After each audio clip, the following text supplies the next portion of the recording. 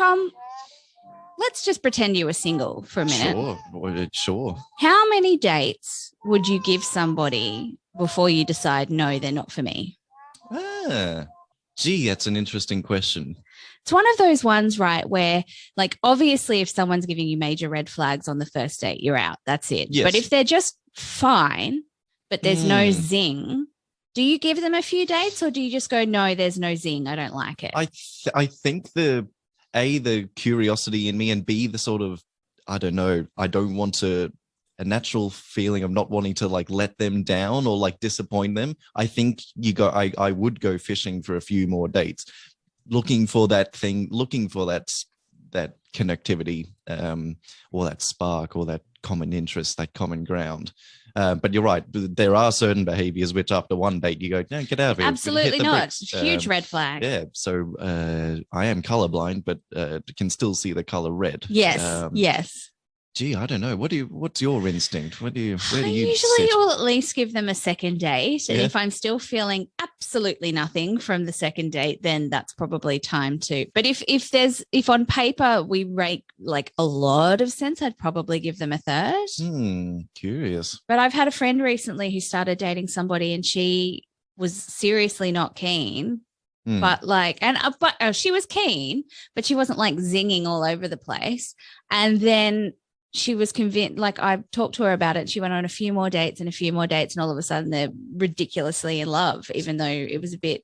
So how long do you wait for sparks? Is that the question? Is it an instantaneous thing? I want to know, guys. Go to our Ghosts of Boyfriends Past group, therapy group, and tell me how long you give somebody if it's just a little bit beige, but you can see potential on paper. Or did sparks fly out of seemingly nowhere? There might have been an initial meeting where there was nothing, but then down the line, all of a sudden, hang on, we're zipping, we're crackling, it's all happening. Wow. Yeah. Good question, Liz. But yes, please, readers, let us know. And hello one, hello all. Welcome to Ghosts of Boyfriends Past.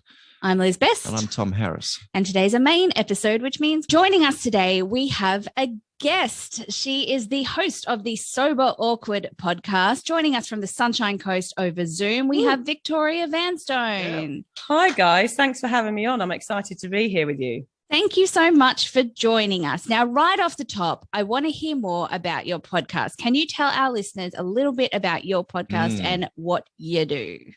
So I would describe myself as a sort of professional party pooper.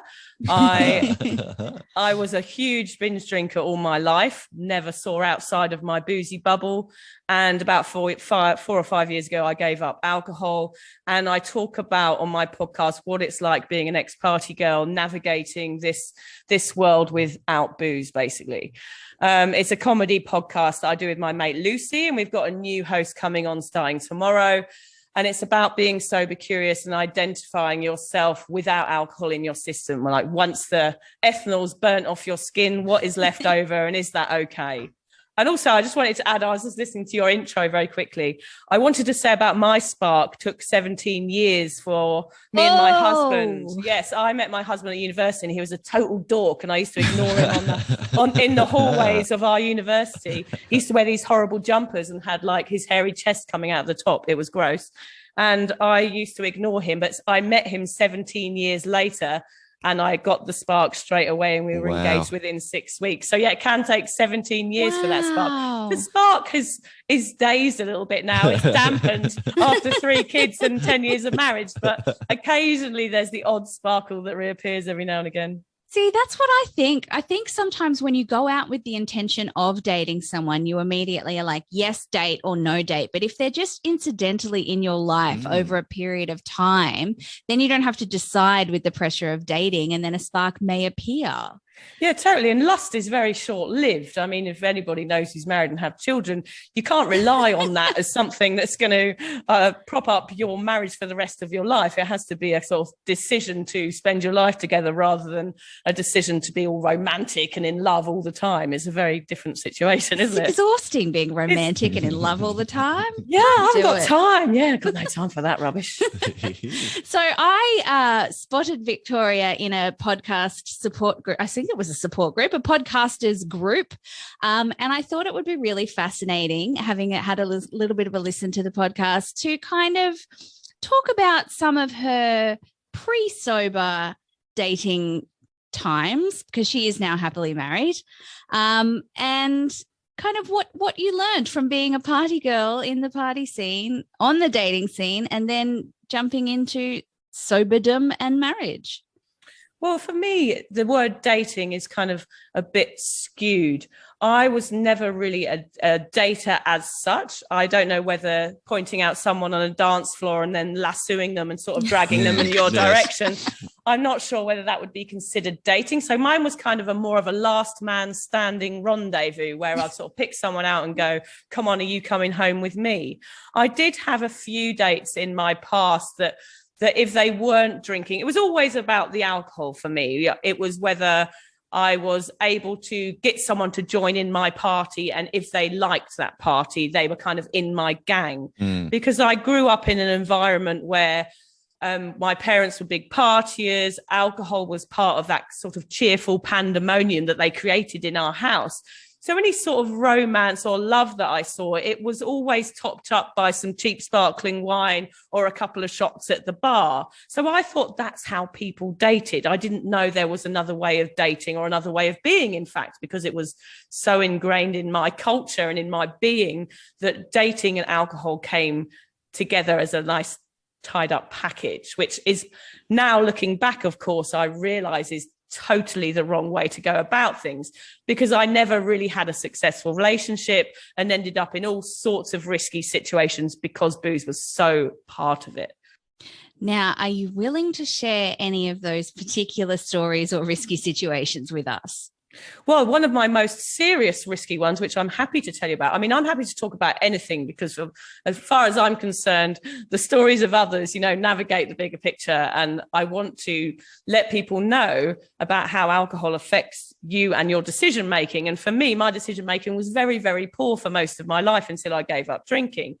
So some situations, for example, I was backpacking in Australia and I had my drink spiked. I was very unconscious of the people that were surrounding me most of the time because I was so over inebriated that I had no understanding. All I knew about was when's the next tune coming on, who's buying me a drink. So if someone handed me a drink, of course I took it and got it down the hatch as quickly as I could. But I remember this one night, suddenly just having a couple of glasses of wine round a campfire. And the next thing I knew was my friends dragging me off some guy who'd walked me down the beach and was lying on top of me. Now, the thing is with alcohol and consent, it's a very, very fuzzy line, isn't it? So I don't know what the situation was and I can't tell you what happened.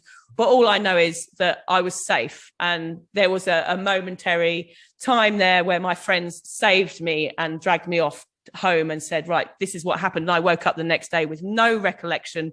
They had to carry me in like a fireman's hold over the shoulder because my body was completely floppy. And that's the repercussions of over drinking on a dating or even just out when you're out with mates and you're looking for a one night stand. All of those situations can be so risky. There are so many times where I abandoned my body and didn't care about myself, especially involving men and promiscuity, that I look back and think, gosh, why didn't I care about myself enough to know that was wrong? And that was because my brain was sloshed. I was, it caused a chemical imbalance in my head, having overdrunk every time I went out. And it made my beer goggles very, very steamy. And I would literally go for any man that was interested in me.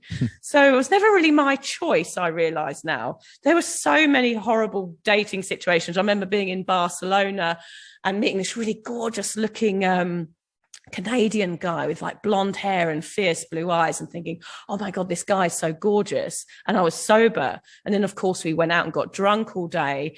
And I remember climbing up into the top bunk of our bed at the backpackers hostel we were staying in.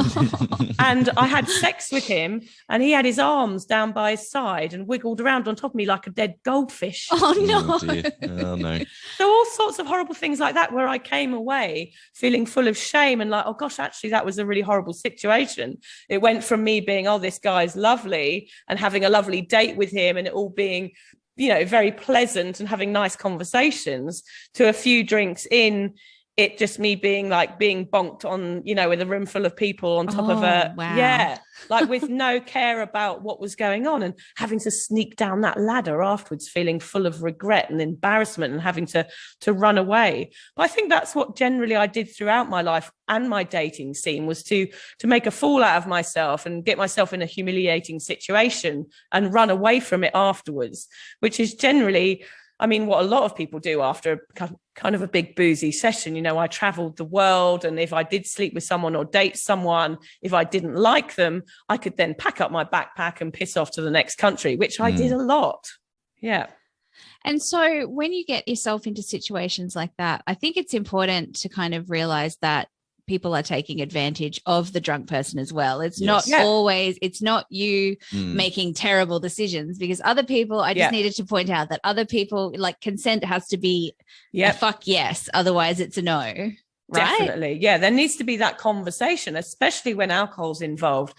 I mean, it's very, very dangerous ground, isn't it? Because, each person is inebriated, but of course, you're always the victim if someone's taking advantage of you. And I think I probably was taken off. I think I was taken advantage of a lot, because people could see that I was totally wasted. So therefore, I wasn't in control of my faculties so much. It's a very important discussion. There's an incredible series on Stan at the moment, which is I Will Destroy You. And it's about exactly what we're talking about now. I highly recommend it. About, there's the situation if men take off a condom, for example, while having sex with someone and not telling them. There's all of these different levels of consent and what's right and what's wrong. It's a really fantastic series. If anyone's interested in that, I highly recommend it. Great. And consent changes as well. Yes. Consent can change in a night. It's just, you can start with a yes, but then change your mind, say no. But when two people, when you're both inebriated, or one is more than the other, it's a murky pond that we have to shift through. I'd like to know, maybe towards the end, Victoria, how you get with asking, how you respond to people asking you why you don't drink anymore, because I've quit drinking as well recently, and responding the amount of people that take issue with why you don't drink. It's the only drug that people are cranky at you for not. Yeah. Why don't you take heroin? Like, it's just this weird thing people get. I've got to the point now with my sobriety 5 years in, where if people want to ask me that question, I just instantly know it's a reflection of their own behavior. Looking at me is like looking in a mirror of everything you're doing, perhaps that inside subliminally that you're doing wrong. So if people nudge me a little bit though and poke the finger and say, you're boring, you're this, come on, have one, I have a very sort of easy answer for them, which is, it's none of your business what I put into my body and what I do with my body in any of these situations. Really, it's my choice and it's my body, and it's none of your business. I wouldn't say it in such a kind of blunt way, but that's the truth about it. And as you say, you wouldn't have a go at someone for stopping heroin or for stopping their meth problem. You just be like, give them a pat on the back and say, well done, mate. And there needs to be more of that. And that's why I do everything I do, is because I'm trying to say, look, that alcohol is so normalized in our society, in dating, in motherhood, in our work environments and our careers. It's so normalized and expected of us, whereas in fact it's causing loads of anxiety, mental health issues, physical health issues. The impact of alcohol on society is absolutely massive, but we just ignore it and get another round in. So I just think talking about it as we are today and addressing it in different realms, I think is so important, especially when it comes to promiscuity and one night stands. I think people think they're doing something that they want to do, and perhaps they're not. Obviously, a date when you're not totally hammered and you're sitting there looking, feeling happy and feeling good, you're going to be able to make a better judgment of the person you're with. When I was, under the influence, I was making terrible choices. I remember waking up with, all sorts of strange people, a backpacker's dad or a guy with wooden teeth, or, all of these terrible experiences I had, traveling the world as I did. And they often led to very, very toxic relationships as well, because I made poor decisions which led to long-term repercussions.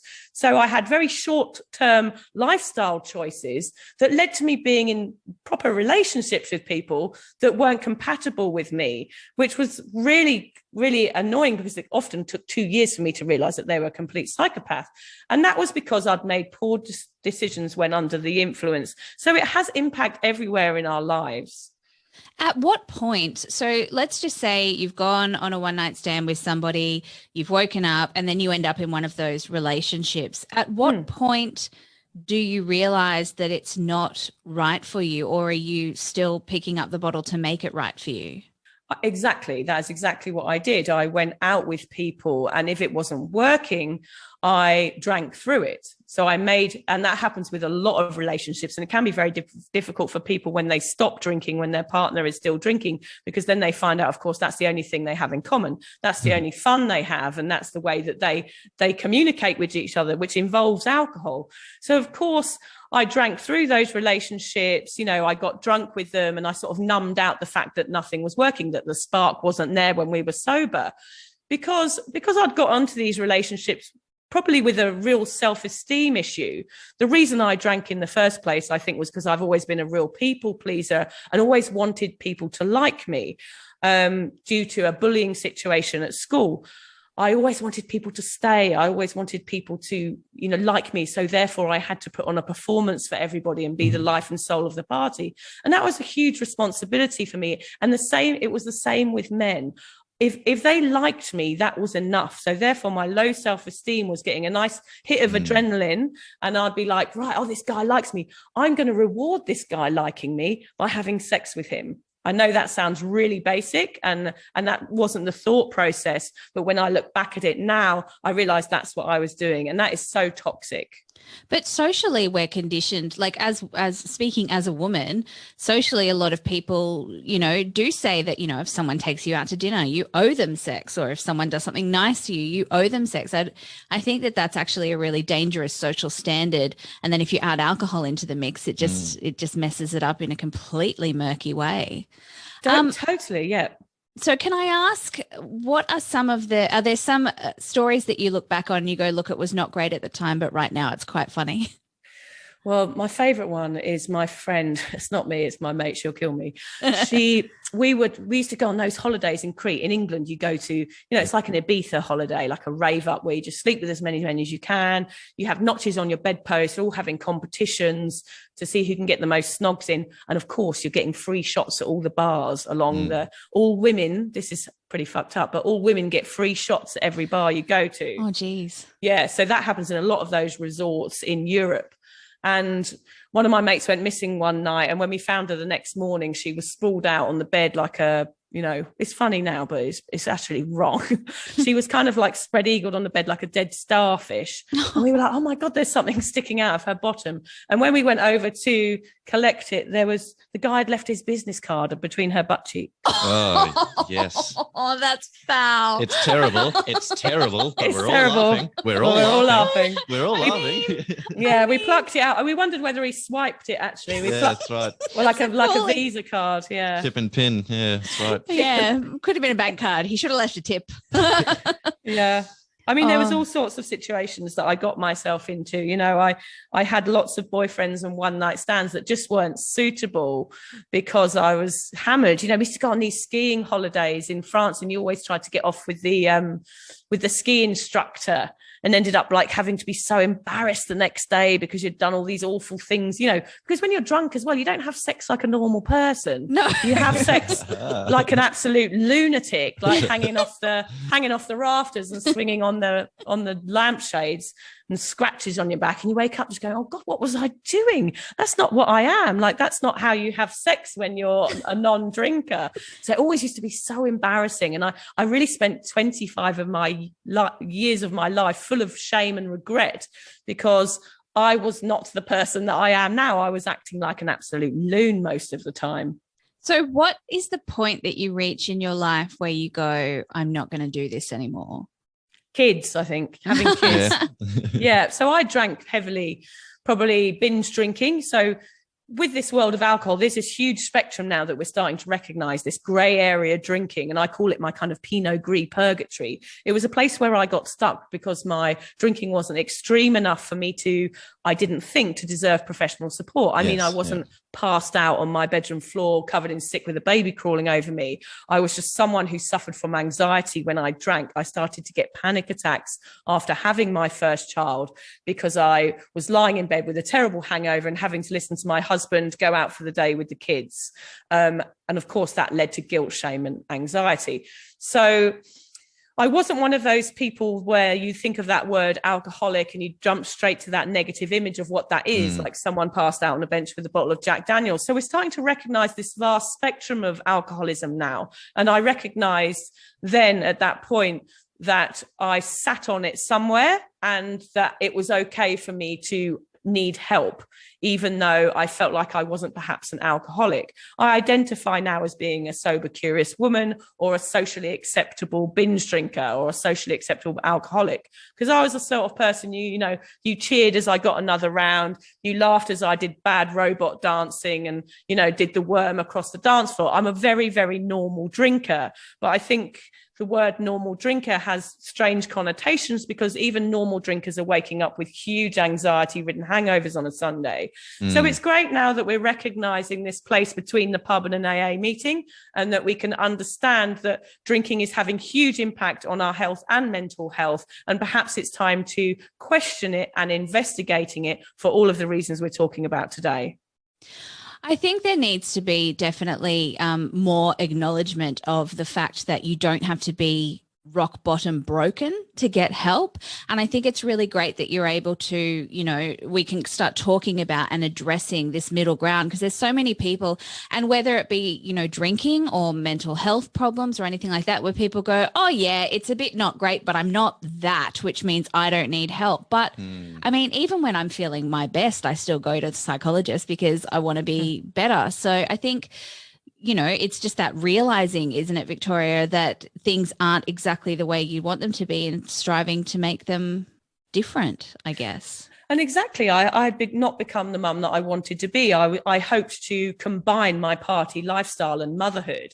And those two worlds actually sort of collided. And it's at that point where I decided to reach out and get therapy to understand my relationship with alcohol. I went in there thinking, I'll probably continue drinking and I'll work out how to moderate. But for people like me, moderation is a myth. I have one and then I'm ordering the bottle. It's as simple as that. There's no other way because of how I've grown up and how my brain is wired. I just need to numb out. That's how I drink. And for people like me, it's hard to understand that you have a problem. And that was when my sobriety opened up for me. It was going to therapy and a lady asking me, why are you here? And I was like, I'm here. I'm just a mom. I've got a little bit of a binge drinking problem. And she said, what do you mean? I was like, I have a drink problem. Drinking is causing me to be unwell. And I'm here at a therapist. Therefore, I have a problem. And identifying that problem is really the key to that sobriety door. And it opens up a whole new world where you begin to understand yourself. And there's nothing better than that. There's nothing better. And I was really shocked to find out that humans can evolve in this world. I didn't know that I was capable of change or capable of being different than I have been my entire life. And that's what I am now. And it's bloody brilliant. And, I really recommend to anybody who's ever woken up with a hangover and then been waving a tenner at the barman by the Thursday night at happy hour. If you're questioning on that hangover and saying, God, what's wrong with me? It is worth investigation, and you are worthy of professional support. And because that's what people feel like. They think, it's just a tinsy wincy booze problem, but I'll just, go out on Saturday and do it all over again. And that's okay. But if you're questioning it, it means that you want to be kinder to yourself and that you want to change. And that is worthy of some sort of intervention. Here. That's so important, Victoria. I was wondering, how do you notice differences in your sober relationships now, and how they compare to your boozy days in the past? Well, I think that myth of like we're all making lovely friendships and, you know, bonding when we're having a few wines, I think it's total bullshit, quite honestly. I agree with that. I realise now that none of my friendships were authentic probably because I wasn't authentic. I was just kind of this dribbling mess that was getting the next round in. I was never really present or conscious. I was unconscious most of the time, like a taxi rank in Peckham. But I generally find now the people that want to stay, and the ones that understand are here. The ones that don't, they sort of trickle away down the drain. But that's okay. I find my friendships are real now, and I can I can walk away from a social event without shame and regret and embarrassment. I know I haven't puked in the bathroom or, you know, done something awful and knocked over a tray of grasses or whatever I used to do. I come away from each social situation with my head held high now, which was before I was kind of, you know, with my hoodie on, hungover, ordering a pizza. So things have changed dramatically for me. I'm much more confident. I'm much more happy. I don't suffer from anxiety anymore. I don't worry about the opinions of others, which is huge because I was such a big people pleaser. The opinions of others really don't affect me anymore. And that's a huge change for me. Can I ask if the drink problem as well as the soberness, what effect that had on your marriage? Luckily, I married a man who accepted me for me. It was the first person that I'd ever met who didn't want the booze mask, the party girl. He was never a big party. I mean, we drank together at the beginning of our marriage, and then we had kids quite quickly. So I was confronted with my drink problem quite early on in our marriage.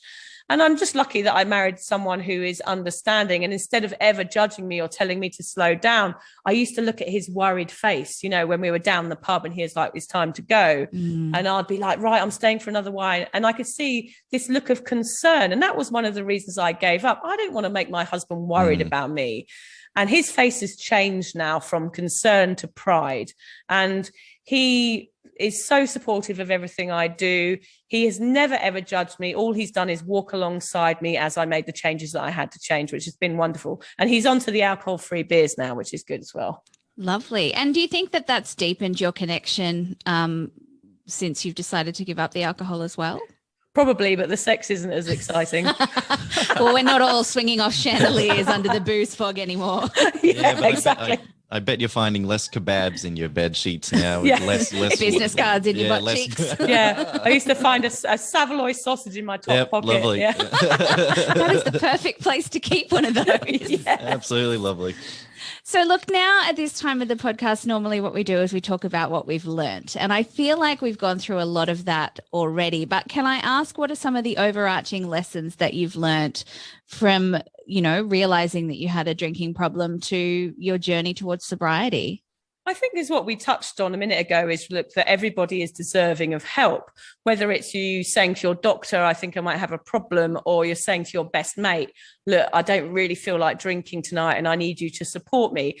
I think learning to put yourself out there, which is, you know, everything I do is putting my story out there to sort of highlight this larger narrative about alcohol in our society, and to know that it's okay to say, no, I don't want to drink tonight. The more people that start saying that, the more it's going to open up different ways of us socializing and interacting as humans, and in ways that are much more satisfying and fulfilling and more loving. Something that happens in sobriety is that you become more conscious of your surroundings. And it sounds ridiculous, but you become a little bit more of a tree hugger.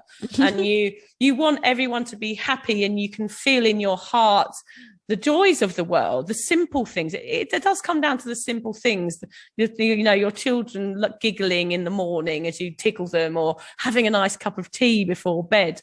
And that's something I've learned, that joy doesn't have to be chaotic. It can just be peace. And often people say, oh, sober, aren't you boring? Aren't you boring? Well, I think it's a matter of redefining what boring is. For me, boring now is just being at peace and not having the chaos, not having that awful feeling of waking up, you know, the fear of the unknown. What did I do last night? Where was I? Who was I with? All of that awful stuff coming up in your gut with those waves of anxiety crashing over your soul. You give that up and you replace it with what some people might find boring if you are still drinking, But for sober people, you'll ask them, you'll say, well, boring for me is just, it's going for a walk, looking at the ocean, watching the sunrise, and just feeling like a functional citizen of this earth, which I wasn't for many, many years. Yeah. Tom, what have you learnt this episode? Not specifically from this episode, but this episode brings up my point wonderfully. As like Victoria, I used to drink as well. And what irks me about the Western, you could point to England or you could point to Australia here, but it seems to be a Western thing. We have no culture of going to the pub and having one drink. It seems to me, we go to the pub and we have 6 pints, and then the sambucas come out, and then we're all falling out. That's just for a country or countries that love booze, that have a big strong booze culture. We're not very mature with it. We all get as soon as we're at the pub, we're all excited, whoo, and time to get silly drunk and fall out in the street covered in sick and piss.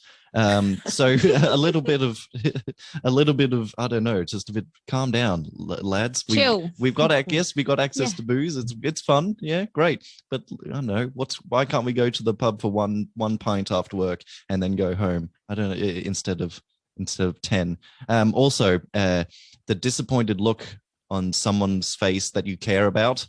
Yeah, that smarts. That hurts. Yeah, so keep that in the back of your mind going forward, everybody. I think my lesson from this week is that if you are someone who drinks, it doesn't mean whether you have a problem with it or not, but do make sure that you go out with friends, because in situations like Victoria found herself in, if her friend hadn't have been there that time, then who knows what would have happened. So I think regardless of wherever anybody is in their sobriety journey, it's important to look after your friends on nights out and make sure that there are some people that maybe aren't drinking as much so that you guys don't put yourselves in terrible situations. And also just remember, like, drinking can be fun, but your judgment is impaired. So, I don't like to advise don't go with people to a second location, but sometimes that's a really bad idea. So just make sure that you know that with every drink you take, your judgment is becoming slightly more impaired. So have people around you that can be your little like guardian angel friends and support you in those situations.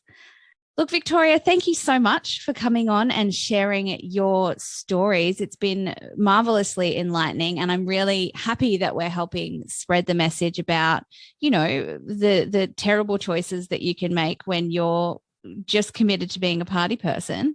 Tell us a little bit more about what kind of you discuss on your podcast so that our guests can come and chat or listen to some episodes and if they want to hear more from you.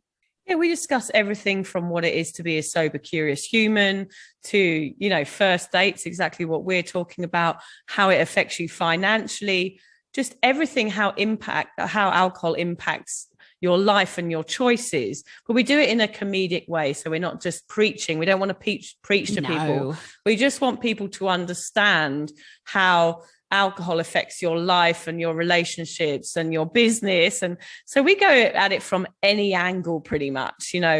There's so many interesting facets to this topic. It affects everything. So we never seem to run out of a terrible shame shed of episodes. There's always a story. Yeah, we're quite similar in that way. Like, everybody's always had terrible experiences in dating, and I'm pretty sure that everybody will always have terrible experiences with alcohol. So between the two of our podcasts, we're never running out of content, ever. No, never. It's still happening now. I mean, I still make a tit out of myself sometimes. There's always a story to be had. And that's the thing. Even if you have the worst date in the world, it's the story afterwards. Like, you can call up your friends Liz and Tom and you can say, I had this terrible date and it felt awful, but I want to talk about it so that we can absolutely start laughing about it instead of just crying. Yes, that's right. There's always a story. And we thank Victoria for coming on and talking about her history today. If you have a story, to join us as a main guest like Victoria has today, or to be featured on a quickie, send it through to ghostsofboyfriendspast@gmail.com.